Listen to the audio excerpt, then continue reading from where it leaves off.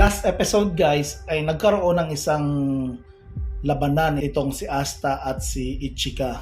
Dahilan nga sa kanilang pagtatalo about kay Tsukihiro Yami. So, napakainit ng kanilang labanan at sa kalagitnaan ng kanilang mainit na labanan guys ay bigla silang hinarangan ito ni Ryuya. Pinigilan silang dalawa sa pagkipaglaban.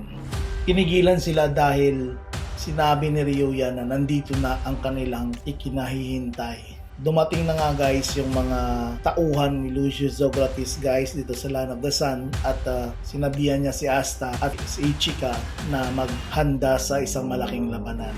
So nagpapatuloy po guys ang ating episode ng Black Clover chapter 344 at huwag kalimutang mag-subscribe at mag-follow sa ating mga channels para mas updated tayo sa ating mga videos.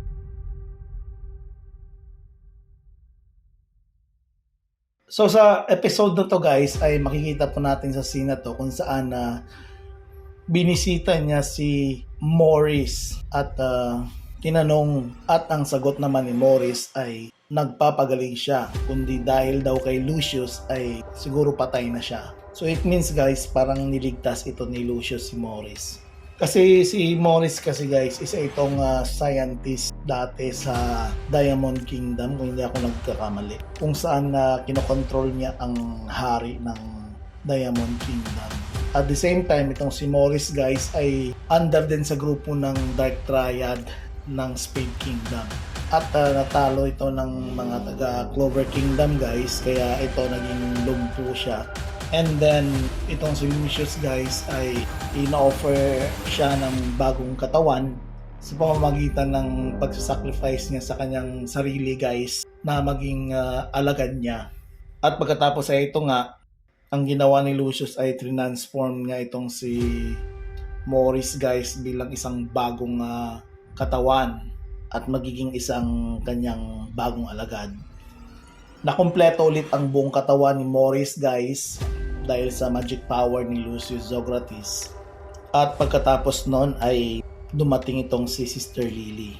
At sinabihan ni Lucius itong si Lily na may isang bansa na malayong malayo dito na magiging isang threat sa kanilang mga plano. So ang gusto ni Lucius guys na puntahan ni Lily at sirain ang bayan na yon. At ang tinutukoy naman ni Lucius guys ay itong Land of the Sun. Dahil alam ni Lucius Zocrates na ito ay magiging hindrance sa kanyang mga plano. Dahil syempre itong Land of the Sun guys ay kung titingnan po natin, napakalayo ng kanilang agwat sa magic formation ng taga ibang kingdom. Lalong-lalo na itong mga taga Clover Kingdom, mga taga Spade Kingdom na ang kanilang magic guys ay parang gumagamit sila ng magic, although magic ang ginagamit nila pero may pagkahalong ninjutsu. Ganon yung magic style ng Land of the Sun. At sinunod ni Lily ang utos ni Lucius na puntahan itong Land of the Sun. So andito na nga sa present scene guys ay nakarating na nga itong tatlo, si Sister Lily at itong dalawang kasama niya dito sa Land of the Sun dahil nga sa utos ni Lucius guys na sirain at wasakin itong bayan ng Land of the Sun. And then pagdating nila doon guys ay parang na-question pa sila guys dahil pagdating nila doon napansin nila na ang buong bayan ay wala man lang katao-tao. So walang tao yung buong bansa. Nilibot nila guys, inikot nila yung buong lupain, buong syudad.